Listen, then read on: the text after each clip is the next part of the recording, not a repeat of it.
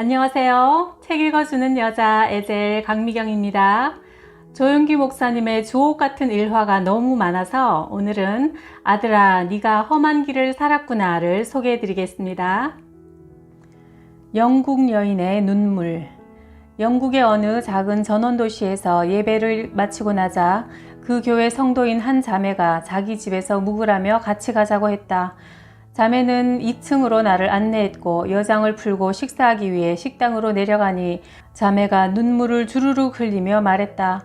오늘 목사님을 저희 집에 모신 이유가 있습니다. 저희 집에 지금 중대한 문제가 있습니다. 목사님, 우리 부부는 잘 살아보려고 무지내를 썼지만 사업에 실패를 거듭해서 빚더미에 올라앉았습니다. 그래서 밥맛도 없고 잠도 편히 잘 수가 없습니다. 어떻게 해야 할지 알고 싶어서 목사님을 저희 집으로 초대한 것입니다. 목사님, 이 집도 팔려고 내놓았는데 집이 오랫동안 팔리지 않아 형편이 더 어렵게 되었습니다. 자매님, 성경을 가지고 오셔서 성경 공부를 좀 하십시다. 창세기 1장에 하나님께서 천지를 어떻게 창조하셨는지 보십시다. 하나님이 6일 동안 천지 만물을 홀로 다 만드시고 나서 7째 날에는 쉬셨다고 하셨습니다. 그러면 7째 날은 첫 사람인 아담과 하와가 세상에 태어난 지 며칠 되는 날일까요? 아담과 하와가 6째 날에 태어났으니까 7째 날이면 세상에서 햇빛을 처음 보는 날이네요. 맞습니다. 아담과 하와가 인생의 첫날을 맞이하기 전에 하나님께서는 그들이 사는데 필요한 모든 것을 예비해 놓으셨기 때문에 그들 스스로 준비해야 할 것은 하나도 없었습니다. 그러면 아담과 하와는 어떻게 살면 되었을까요? 만일 그들이 하나님 앞에 나와서 아버지, 우리가 할 일은 무엇입니까? 라고 물었다면 하나님이 뭐라고 대답하셨을까요? 글쎄요, 내가 너희를 위해 다 준비해 놓았으니 걱정 근심하지 말고 나를 믿고 내 말에 순종하며 살아라 하고 말씀하셨을 것 같은데요. 옳습니다. 아담과 하와가 맞이한 첫날은 하나님의 안식일이었으니까요. 그들도 하나님께서 그들을 위해 예비하신 모든 것을 즐겁게 누리면서 안식하도록 창조된 것입니다.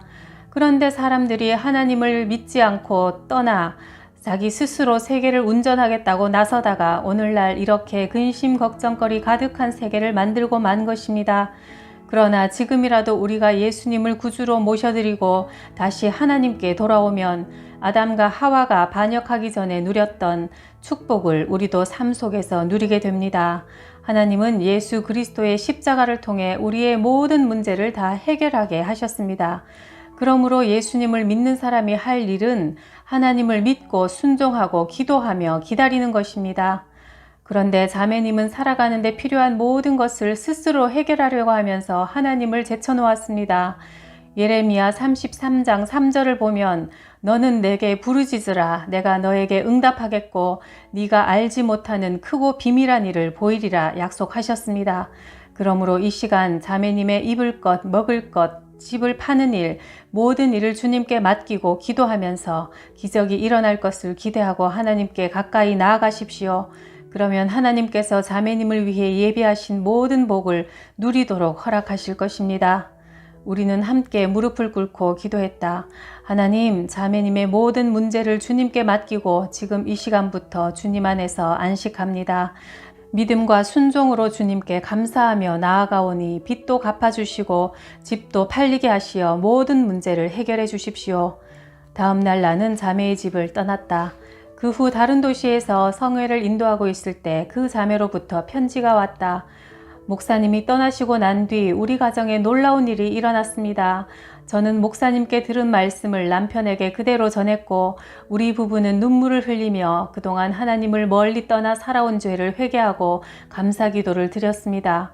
그 며칠 후 어떤 부부가 집을 보러 왔다가 자기들이 찾던 바로 그 집이라고 하면서 우리가 제시한 값보다 훨씬 더 비싼 값으로 집을 샀고 우리는 빚을 청산했습니다. 그리고 전보다는 비록 작지만 아담하고 이쁜 집으로 이사할 예정입니다. 목사님이 전해주신 말씀이 너무나 은혜스러워 만나는 사람마다 복음을 전하고 있습니다. 하나님은 오늘도 성령으로 우리와 함께 계셔서 우리가 믿고 순종할 때 예비하신 젖과 꿀이 흐르는 가나안으로 우리를 인도하신다. 의처증 대학 교수. 수십 년 전 서대문에서 목회할 때다 어느 유명한 대학교 생화학자이자 의학 박사인 교수 한 분이 우리 교회에 나왔다. 그러나 그는 예수님을 믿으러 온 게 아니라 부인을 감시하기 위해 교회에 나온 것이다. 의처증이 너무나 심해 언제나 머리맡에 칼을 두고 잠을 잤고 부인의 일거수일투족을 형사가 죄인 따라다니듯이 감시했다. 그의 아내는 남편의 이런 행동을 정신적으로 견디다 못해 우리 교회에 나왔고 그도 언제나 부인을 감시하기 위해 교회 뒷자리에 앉아 있었다. 나는 설교를 하면서 그를 살펴보았다. 조용히 앉아서 설교를 들었지만 말씀을 조금도 믿지 않는 듯 했다. 그래서 나는 종종 그 교수를 개인적으로 만나서 예수 그리스도를 구주로 믿고 구원을 받으라고 전도했지만 그가 늘 하는 말이 있었다. 제가 목사님 설교를 가만히 들으면서 무슨 생각을 하는지 아십니까? 저 목사는 참 불쌍한 사람이다. 생긴 것으로 보나 말하는 것으로 보나 겉보기에는 똑똑한 사람인데 입에서 나오는 설교란 바보 같은 말만 늘어놓는구나. 생화학적으로나 의학적으로 볼 때 어떻게 처녀가 잉태하여 아들을 낳을 수 있단 말인가? 그리고 예수가 죽은 지 사흘 만에 부활했다니 그게 말이나 되는가? 사람이 죽어서 사흘이 되면 세포가 다 와해되고 피도 썩어버리는데 도대체 어떻게 다시 살아난단 말이지? 이런 이야기를 듣고 믿는 사람들도 참 한심하고 불쌍하다. 과연 생화학자 의학 박사다운 말이었다. 이럴 때 나도 그에게 대꾸하는 말이 있다. 교수님, 당신은 내가 불쌍하다고 하지만 나는 당신이 불쌍하기 짝이 없군요. 당신은 인간적이고 경험적인 지식밖에 없습니다. 그래서 눈으로 보고 귀로 듣고 코로 냄새 맡고 입으로 맛보고 손으로 만지는 것밖에는 믿지 않습니다. 그러니 천지를 지으신 하나님께서 우리에게 주시는 위대한 진리를 깨닫지 못하고 있습니다. 당신의 영이 죽었기 때문에 영의 지식을 알아볼 도리가 없는 거지요. 그래서 저는 당신이 불쌍합니다. 그런데 그해 크리스마스 날 성탄 축하 예배를 드리는데 1년 동안 부인을 감시하며 따라다니던 그도 자기 자리에 앉아 설교를 듣고 있었다. 더욱이 성탄절에는 예수님의 동정녀 탄생을 설교해야 했으므로 나는 그에게 아예 관심을 기울이지 않았다. 설교를 마치고 사무실에 들어오니 그 교수가 앉아서 손수건을 꺼내 눈물을 닦고 있었다. 나는 속으로 또 부인하고 싸웠구나 생각했다. 그는 평소에도 부인하고 싸우기만 하면 내게 와서 하소연하며 울기를 잘했기 때문이다. 성탄절날 왜 부인하고 싸웁니까? 했더니 의외의 말을 꺼냈다. 오늘은 제가 싸워서 우는 게 아니라 목사님의 설교를 가만히 듣고 있으려니 갑자기 가슴이 뜨거워지더니만 목사님 하시는 말씀이 모두 믿어졌습니다. 마음속으로는 옳다, 목사님이 말씀이 맞구나, 아멘이다 하는 생각이 가득해 눈물이 자꾸 나오는데 이상하게 머릿속에서는 여전히 안 믿어지니 이거 제가 어떻게 해야 합니까? 그러면서 그 교수는 어린애처럼 눈물을 주르르 흘렸다. 그의 강팍한 영이 마침내 구원받은 것이다. 그 후 하루는 내가 사무실에 있는데 그가 또 찾아와서 잔뜩 화를 내며 말했다. 학교에서 동료 교수들과 다툰 이야기를 들려주었다. 목사님, 제가 오늘 교수실에서 동료 교수들을 보고 예수님을 믿으라고 전도를 했더니 모두 저를 보고 무슨 의학 박사가 미신 같은 소리를 하냐며 동정녀가 어떻게 애를 낳느냐고 마구 반격을 가해왔습니다.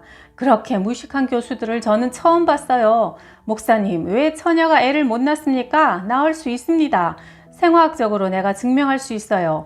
오늘날도 양서류 동물인 개구리나 뱀은 수컷이 없어도 전기로 쇼크를 주면 새끼가 나와요. 하물며 처녀 마리아에게 성령님이 임하여 쇼크를 주었는데 아들을 못 낳겠습니까?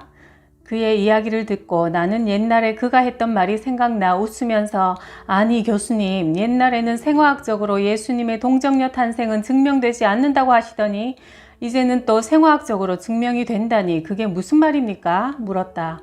아, 그때야 제가 안 믿으려고 작정을 했기 때문에 생화학적으로 안 되는 것만 증명하려고 한 것이고 이제는 믿으려고 작정을 했기 때문에 생화학적으로 된다고 증명하려니 또 증명이 되는 것입니다.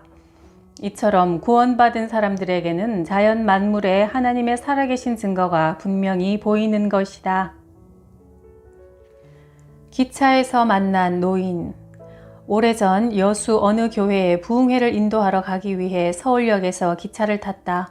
그때 내 옆자리에 영감님이 탔는데 아들 며느리들이 선물 꾸러미를 잔뜩 들고 영감님을 전송하러 나왔다. 나는 옆에 앉아있는 영감님에게는 신경 쓰지 않고 잠을 청했다. 그런데 눈을 감고 아무리 잠을 자려고 해도 잠은 오지 않고 이 노인에게 전도하라는 성령님의 음성이 들려왔다. 사실 나는 강단에 서서 복음을 전하는 것은 얼마든지 할 수 있으나 개인 전도는 쑥스러워 잘 못한다. 그런데도 성령께서 자꾸만 노인에게 복음을 전하라고 하셔서 하는 수 없이 영감님에게 말을 건넸다. 영감님, 어디까지 가십니까? 나는 순천까지 가는 길이요. 순천에는 무슨 일로 가시나요? 거기가 바로 내 집이요. 우리 큰아들이 큰 사업체를 가지고 잘 산다오. 순천 바닥에서 우리 아들 모르는 사람 없어. 또 서울에는 둘째 아들, 셋째 아들, 딸들이 다 성공해서 잘 산다오. 참 영감님은 복도 많으시네요. 그러면 순천에 가시면 갈 곳이 정해져 있겠군요. 있고 말고요. 영감님, 우리 인생이 사는 것도 이 열차를 타고 가는 것과 같습니다. 인생 열차를 타고 가다가 어느 순간에 영감님도 저도 내려야 됩니다. 우리가 육신의 몸을 벗고 죽으면 갈 곳이 있어야 되는데 영감님은 죽고 난 다음 갈 곳이 있으십니까? 이제 보니 이 양반 예수쟁이구먼. 예, 그렇습니다. 영감님도 예수님을 믿으셔야 천국 갈 수 있습니다. 필요 없어. 내가 지금 뭐가 답답해서 예수를 믿어? 순천에도 서울에도 자식들이 대골 같은 집 갖고 잘 살지. 내 먹을 것, 입을 것, 돈 넘치게 있는데 나는 예수 믿을 필요 없어. 여기까지 대화를 나누다가 서로 말이 끊겨서 나도 피곤하여 그냥 눈을 감고 잠을 청했다. 그런데 이상하게 자꾸 노인에게 전도하라는 성령님의 음성이 계속 들려왔다. 나는 너무 괴로워서 견디지 못할 지경에 이르러 갑자기 나도 모르게 영감님, 인생이 한 번 나서 죽는 것은 정해진 이치요. 죽고 난 다음에는 반드시 심판이 있습니다. 그러니 영감님도 예수님을 안 믿으면 어쩔 수 없이 지옥에 갑니다. 라는 말이 내 입에서 불쑥 튀어나왔다. 그러자 영감님이 벌떡 일어나더니 차내 순찰 중이던 영무원을 큰 소리로 불렀다. 여보슈, 내가 내 돈 주고 편안히 가려고 2등칸에 탔는데 이 예수쟁이가 내 옆에 앉아서 자꾸만 지옥 간다고 협박하니 나는 더 이상 못 견디겠소. 이 차표를 물러주든지 이 예수쟁이 입을 막아주시오. 영감님이 어찌나 큰 소리로 아우청을 쳤는지 2등칸에 탔던 손님들이 다 나를 쳐다보았다. 나는 너무 부끄러워서 쥐구멍에라도 들어가고 싶었다. 그때 영무원이 내게 와서 크게 호통을 쳤다. 여기는 대한민국 교통부에 소속된 기차입니다. 선생님의 교회가 아닙니다. 그러니 전도할 생각 하지 마시고 잠잠히 계십시오. 나는 네, 알겠습니다 하고 곧바로 하나님께 기도했다. 하나님, 이제 이 열차 안에서 입을 열지 않겠습니다. 이런 창피를 당하고 어떻게 또 전도를 합니까? 그러니 아예 전도하라는 명령 내리지 마십시오. 그리고 얼마 후 영감님이 나를 막 흔들었다. 눈을 떠보니 진로 소주 2병을 사가지고 와서 젊은이, 아까는 미안하게 됐소. 잠시나마 같이 가는 마당에 서먹한 감정 가질 것 있소. 술이나 한 병씩 마십시다. 영감님, 저는 술을 안 마십니다. 허참, 공짜로 주는 것도 안 먹어? 그럼 나 혼자서 실컷 먹지. 그런데 또 갑자기 제 입에서 영감님은 지금 지옥을 마시고 있습니다. 몇 시간 후에 죽을 것이요. 라는 말이 튀어나왔다. 이 말을 한 후에 나도 너무나 황당했다. 영감님도 어처구니가 없었던지 화도 내지 않고 술을 연거푸 마시며 계속 중얼댔다. 내가 몇 시간 후에 죽는다고? 거참, 나는 아직도 혈기가 이렇게 왕성한데 앞으로 10년은 끄떡없어. 나는 다시 잠을 청했다. 얼마나 잤을까? 누가 내 어깨를 마구 흔들었다. 눈을 떠보니 조금 전에 내게 호통을 쳤던 영무원과 또 다른 경찰이 영감님 가방을 뒤지며 야단 법석이었다. 아까 그 영감님을 아시오? 모르는 사람인데 그냥 전도했던 겁니다. 그 영감님이 술에 취해서 화장실에 갔다가 바람 쏘인다고 열차 승강구에 나갔다가 떨어져서 즉사해버렸소. 인간에게 죽음은 예고 없이 다가온다. 그런데도 사람들은 이 세상에서 천년만년 살 것처럼 생각하며 살아간다.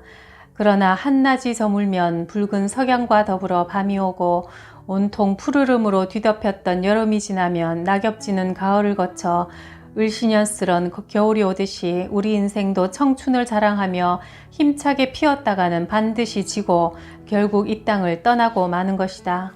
우리는 이 세상을 나그네와 같이 곧 지나갈 것이다. 그러므로 구원의 세계에 관심을 기울이고 천국을 준비해야 한다. 죽음 이후의 삶을 준비하지 않는 사람은 이 영감님처럼 어리석은 사람이 되는 것이다. 한 번 죽는 것은 사람에게 정하신 것이요 그 후에는 심판이 있으리니. 히브리서 9장 27절 말씀. 흑인 벨보이. 미국 리전트 대학에서 세미나를 인도한 적이 있었다. 학교 근처 호텔에서 여장을 풀었는데 45세쯤 되는 흑인 벨보이가 있었다. 브라운 애독이라는 그 사람은 늘 친절한 얼굴에 웃음으로 빛나는 사람이었다. 나는 그에게 오늘은 다른 목사님들과 함께 식사를 하지 않고 조용한 곳에서 혼자 식사하고 싶으니 베트남 식당으로 데려다 달라고 부탁했다. 그런데 그 벨보이는 베트남 식당이 호텔 바로 옆에 있는 것을 모르고 차를 몰고 길을 잘못 들어서 고속도로로 진입했다. 하는 수 없이 나는 태국 식당에서 그와 함께 식사하자고 했다. 그 말을 들은 그 흑인 벨보이가 갑자기 눈물을 흘리며 말했다. 목사님, 이런 기적이 있습니까? 저 같은 사람이 목사님과 함께 식사할 줄은 꿈에도 몰랐습니다.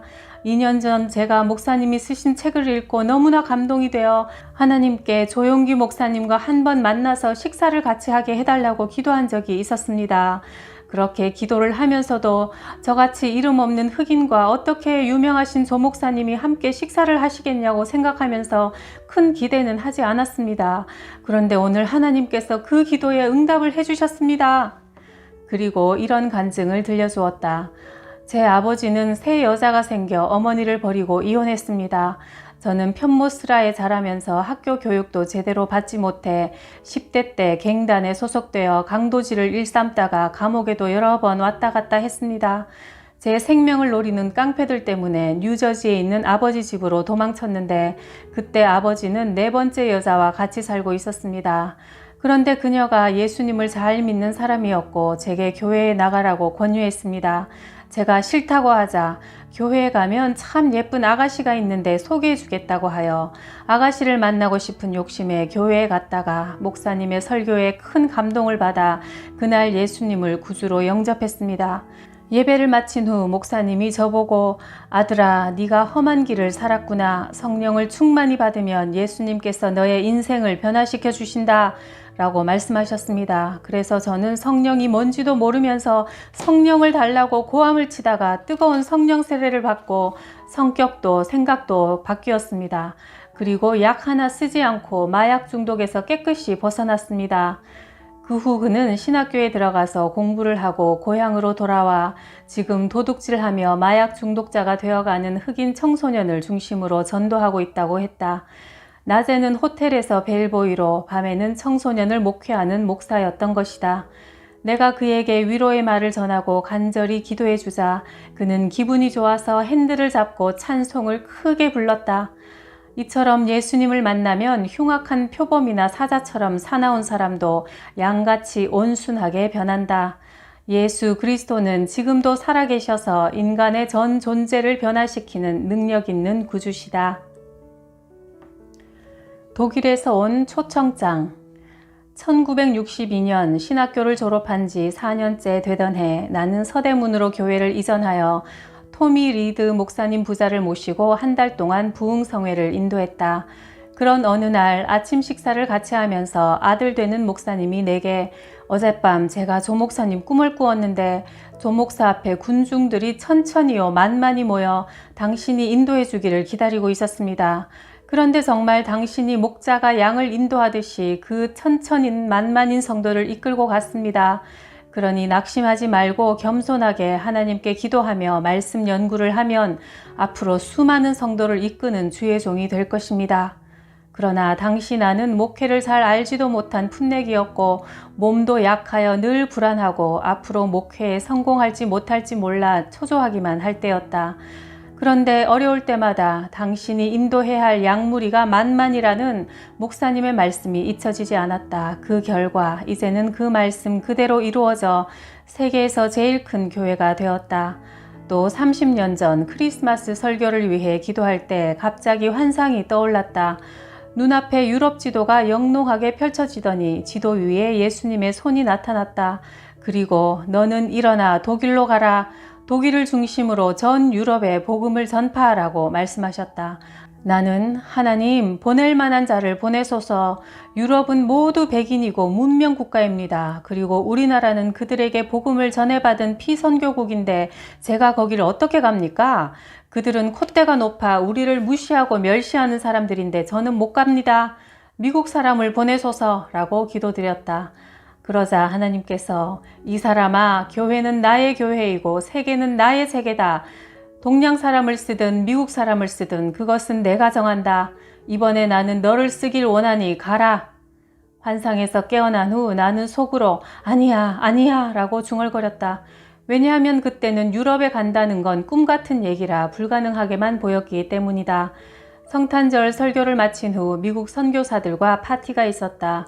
거기 참석한 선교사 몇 명에게 내가 받은 환상에 대해 얘기했더니 그들은 한국에도 할 일이 태산 같은데 유럽까지 갈 필요 없습니다. 조 목사가 유럽에 가서 뭐합니까? 하고 비웃었다. 나는 크게 낙심했다. 그런데 어느 날 독일에서 편지가 한 통 날아왔다. 강사로 와서 집회를 인도해달라는 초청 편지였다. 나는 그 편지를 받은 후 떨리는 마음으로 처음 독일 땅을 밟았다. 첫 성회를 인도했을 때 800명이 모였다. 그러나 내 눈에는 8만 명처럼 보여 부들부들 떨면서 설교했고 통역은 유럽에서 유명한 스피처 목사가 맡았다. 그것이 인연이 되어 독일, 프랑스, 노르웨이, 덴마크, 스웨덴, 영국 등에서 설교하는 길이 열렸다. 사람 안 모이기로 유명한 곳들임에도 불구하고 내가 가기만 하면 사람들이 구름대같이 몰려들었다. 그들은 나를 동양인이라고 무시하지도 않았고 오히려 내 설교를 열심히 경청했다. 때로는 유럽 사람들이 나를 만나러 비행기를 전세내어 한국에 몰려오기도 한다. 이런 현상은 내가 잘나서가 아니라 성령님께서 일하시기 때문이다. 공항의 천사. 부흥성회를 인도하기 위해 인도네시아에 갔을 때 자카르타시에서 하루를 묵고 난 다음 날 미리 예약한 비행기를 타려고 항공사에 갔다. 그런데 비행기가 취소되어 다음 날에야 출발한다고 했다. 큰일이었다. 호텔에서 하루를 더 지내야 되겠는데 호텔 예약은 하루밖에 안 했으니 호텔 측에서는 더 숙박시킬 수 없다고 했다. 어찌해야 할지 몰라 기도하는 중에 성령님께서 태국 항공사로 가보라는 마음을 주셨다. 그 마음의 음성을 쫓아서 태국 항공사를 찾아가 문제를 말하니 내 말을 듣고 있던 직원이 묻기를 한국에서 왔습니까? 그러면 여의도 순복음 교회를 아십니까? 조용기 목사도 아십니까? 연거푸 물었다. 땅 설고 물 설은 이국 땅에서 우리 교회를 알고 내 이름을 아는 친구를 만나게 된 것이다. 나는 그의 도움으로 무사히 비행기를 타고 목적지인 수라바야로 내려가서 은혜 가운데 저녁 집회를 인도할 수 있었다. 그리스도인은 눈앞이 캄캄한 고난이 생겨도 결코 당황할 필요가 없다. 그럴 때일수록 오히려 성령님께서 우리와 함께 계신다는 사실을 굳게 믿고 우리를 인도하시고 지도하실 기회를 하나님께 드리면 자상하고 세밀하게 인도해 주신다. 하나님이 주시는 풍성한 복. 내가 태어나서 14년 동안 살았던 곳은 집이라고는 불과 5채뿐인 고적하고 쓸쓸한 산촌이었다. 대낮에도 여우가 나오고 밤마다 지붕 위에서 부엉이가 울었다. 마을에는 북쪽을 제외하고 삼면이 공동묘지로 둘러싸여 있었다. 그래서 나는 늘 장례 때의 슬픈 울음소리를 들으며 자랐다. 깊은 산속 마을에서 자란 나는 저절로 자연에 대한 경외심을 갖게 되었고 산에는 산신이 있고 물에는 용왕신이 있고 나무에는 목신이 있고 부엌에는 부엌신이 있고 심지어 화장실에도 화장실신이 있다고 말하는 노인들의 가르침을 그대로 믿었다. 그래서 나는 어디를 가든지 신의 존재를 두려워했다. 집에서 10올이나 떨어진 초등학교에 다닐 때 울창한 산길을 따라 학교에 가야 했다. 산길을 걸으면서 나는 오늘 짐승에게 물려가는 마지막 날이 되지 않을까 두려워 항상 몸을 떨었다. 그래서 집으로 가는 산비탈길을 오르기 전에 늘 모든 신들에게 나를 보호해 달라고 간절히 빌었다. 공동묘지에 묻혀있는 죽은 사람 하나하나를 다 신으로 생각했던 나는 그 많은 신들에게 다 절을 해야 되는 줄 알고 무덤 수대로 꾸벅꾸벅 절을 했다. 그렇게 절을 하고 나면 허리가 아파서 견딜 수 없었다. 그래서 나중에는 꾀를 내어 남부 공동묘지에 있는 신들이여 합동으로 저를 받아주소서. 서부 공동묘지에 있는 신들이여 합동으로 저를 받아주소서. 동부 공동묘지에 있는 신들이여 합동으로 저를 받아주소서 라고 외치면서 각각 한 번씩 절했다. 깊은 산속 공동묘지로 둘러싸인 외딴 곳에 살고 있던 나는 늘 그렇게 불안과 공포에 짓눌려 살았다. 그런데 그 후 또 다른 거짓과 헛된 것들이 나를 사로잡았다. 그것은 바로 가난과 질병, 열등감과 좌절감, 처절한 절망 등이었다. 청소년 때 6.25 전쟁을 겪으며 뼈저린 가난의 고통을 직접 체험했고 1958년 개척교회를 할 때 가난에 찌든 처절한 사람들의 모습을 보았다. 신방하던 어느 날 나는 마음에 큰 충격을 받았다. 가난에 몸서리치고 있던 한 형제가 내게 한 말 때문이었다. 하나님은 그렇게 좋은 천당을 왜 지금 저에게 조금이라도 체험하게 해주시지 않습니까? 예수님을 믿는데 왜 가난의 굴레를 못 벗어납니까? 이대로 영영 가난하게 살아야만 하는 겁니까? 이후 나는 여러 가지 생각에 사로잡혔다. 과연 우리는 계속 가난할 수밖에 없는가? 왜 우리는 절망 가운데서 살다가 죽어야만 하는가? 어떻게 하면 이 가난에서 저주에서 절망에서 벗어날 수 있을까? 라는 큰 문제에 부딪혔다. 그때부터 해답을 얻기 위해 성경을 읽고 또 읽었다. 그러던 어느 날 나는 믿음의 조상 아브라함에게는 금과 은이 풍부했고 야곱과 이삭도 거부가 되었다는 사실을 깨달았다. 아브라함, 이삭, 야곱에게 복을 주신 하나님은 오늘 우리에게도 복을 주신다는 사실을 깨닫게 된 것이다. 예수 그리스도께서 부요하신 자로 너희를 위하여 가난하게 되심은 그의 가난함을 인하여 너희로 부요하게 하려 하심이라. 고린도후서 8장 9절 말씀. 예수님께서 헐벗고 가난하게 사신 것은 우리의 가난과 저주를 속량해 주시기 위한 것이요. 예수님께서 십자가에 못 박히신 것은 우리의 죄를 대속하시기 위한 것이다. 물론 복음을 전하기 위해 자원하여 청빈한 생활을 하는 것은 칭찬받을 일이다. 그러나 아무 이유나 목적 없이 그저 가난하여 이웃과 사회와 국가에 짐이 되는 것은 하나님의 영광을 나타내는 것이 아니다. 성경은 주는 것이 받는 것보다 복이 있다고 말씀한다. 그러므로 우리는 주는 자가 되어 하나님께 영광 돌리는 삶을 살아야 한다. 우리의 온갖 구하는 것이나 생각하는 것에 능히 넘치도록 하실 하나님, 풍성하게 채우시는 하나님을 믿고 의지하며 하나님의 뜻대로 살아가면 하나님은 넘치는 복으로 우리의 생활을 형통하게 하신다. 전 재산을 드릴 테니 제발 저를 살려주세요. 40여 년 전 내가 신학교에 입학하기 전에 유명한 의사 선생님을 도와 병원에서 일을 한 적이 있었다. 그중 특별히 잊혀지지 않는 환자가 있다. 그는 배에 복수가 가득 차서 마치 만삭된 부인 같은 무거운 몸으로 병원을 찾아왔다. 그는 김해에서 이름 있는 가문의 사람이었고 재산도 많았다. 그가 진찰실에 들어설 때 가난 말기에 이른 사람임을 한 번에 알 수 있었다. 진찰 후 의사가 말했다. 가남입니다. 그것도 말기에 다다라서 이젠 더 이상 손을 쓸 여지가 없습니다. 식구들에게 유언하실 것이 있으면 하시는 것이 좋겠습니다. 유명한 의사 선생에게 오면 그래도 살아날 길이 있지 않을까 하는 한 가닥 마지막 소망을 가지고 멀리서 찾아온 그 환자는 그 소망마저 끊어지자 얼굴이 샛노랗게 질리면서 몸을 부들부들 떨기 시작했다. 같이 왔던 가족도 울음을 터뜨렸다.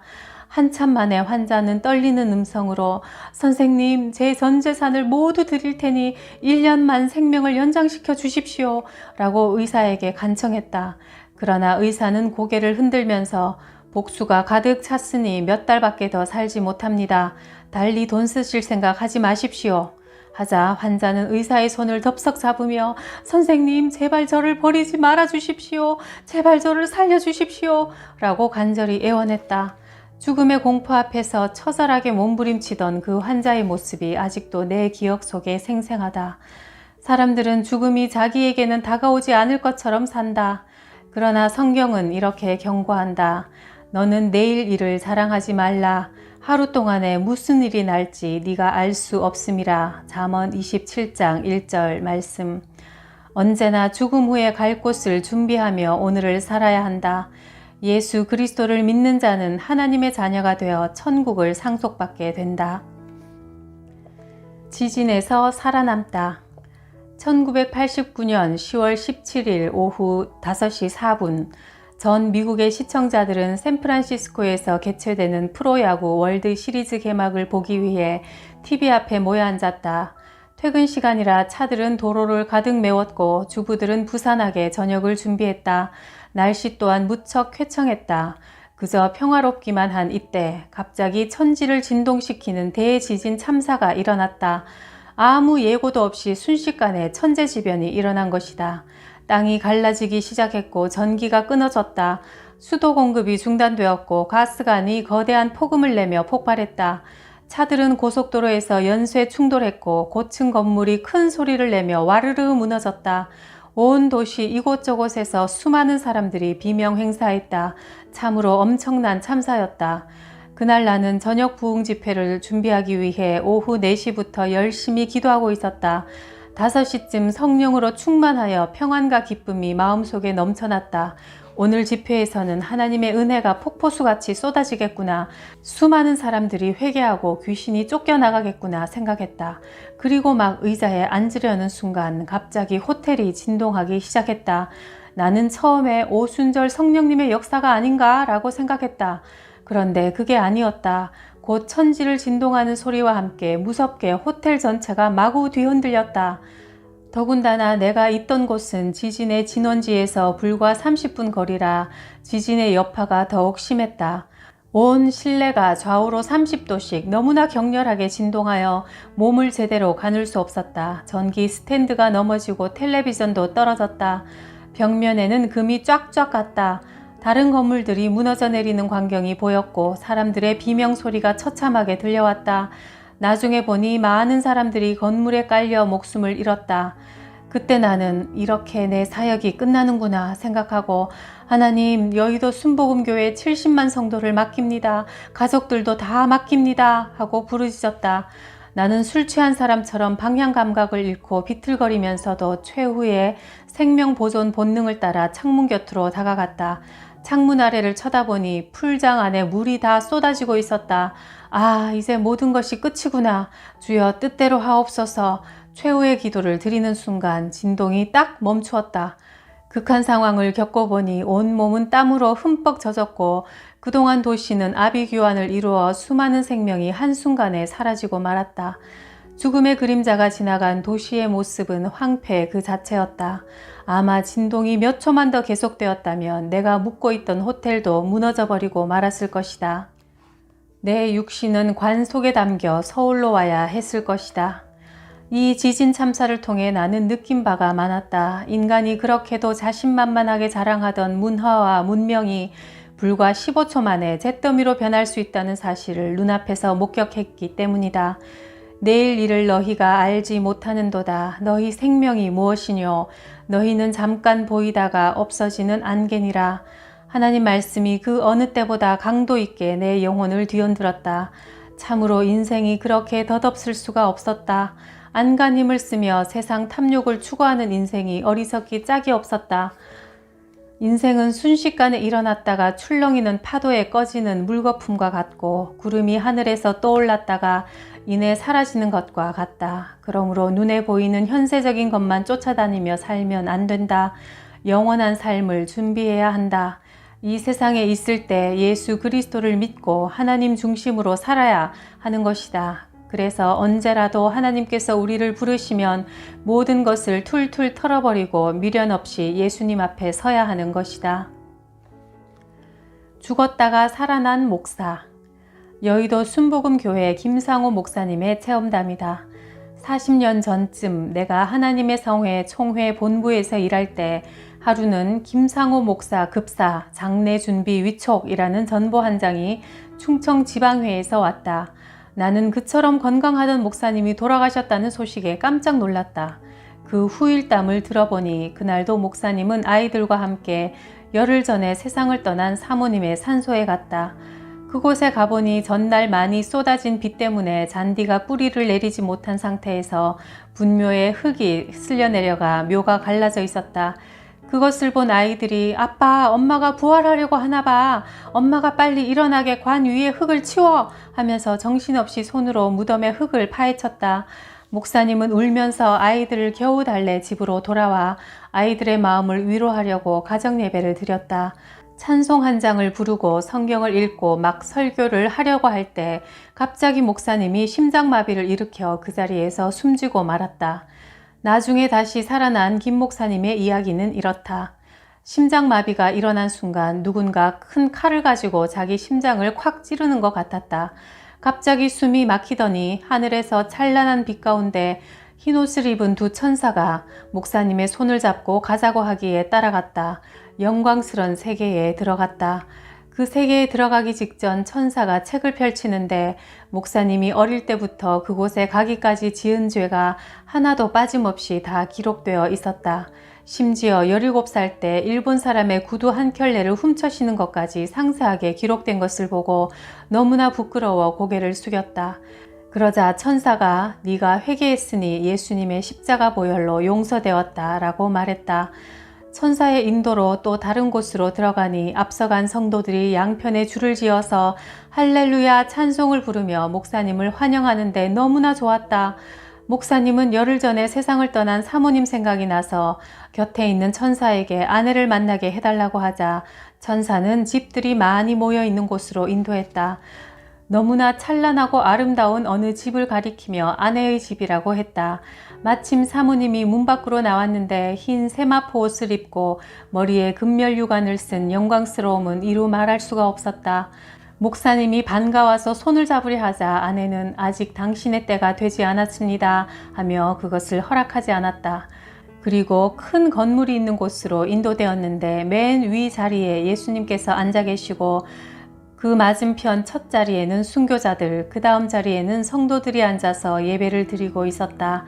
그것을 구경한 다음 목사님은 천사에게 자기 집도 좀 보여달라고 물었다. 천사의 인도에 따라 목사님의 집에 가보니 아직 지붕이 덜 지어져 있었다. 천사는 그것을 가리키며 저 지붕이 완성되면 너를 데리러 가겠다고 했다. 목사님이 앞서간 친구들도 만나고 싶어하니 천사들이 그들의 집으로 인도했는데 집이 형형색색 제각각이었다. 한 친구는 예수님을 잘 믿는 줄 알았는데 막상 천국에 와서 보니 초라했고 세상에서 높은 지위에 있던 친구는 세상에서 그 영광을 다 누려서인지 천국의 집이 보잘것없었고 세상에서 별로 알려지지 않았던 친구는 천국에서 가장 큰 집을 가지고 있었다. 그런데 천사가 이제 갈 시간이다 하며 목사님을 밀어버렸다. 천국을 두루 구경하는데 30분 정도 걸린 것 같았다. 목사님이 눈을 뜨고 보니 자신이 아랫목에 뉘어져 있고 조문객들이 방 안에 가득 앉아 있고 아이들이 울고 있었다. 목사님이 30분쯤이라고 생각했던 그 시간이 실제로는 사흘로 그동안 목사님은 죽어 있었고 바로 그날 장례식을 하려던 참이었다. 예수님은 요한복음 14장에서 약속하셨다. 나는 너희가 있을 곳을 마련하러 간다. 내가 가서 너희가 있을 곳을 마련하면 다시 와서 너희를 나에게로 데려다가 내가 있는 곳에 너희도 함께 있게 하겠다. 조용기 목사님도 어느 날 천국으로 가셨듯이 우리도 알지 못하는 날에 이 땅을 떠날 겁니다. 천국 갈 준비를 잘 하면서 살아야겠습니다. 구독, 좋아요, 댓글의 천국에도 감사드리고요. 오늘도 예수님과 동행하면서 천국을 누리세요.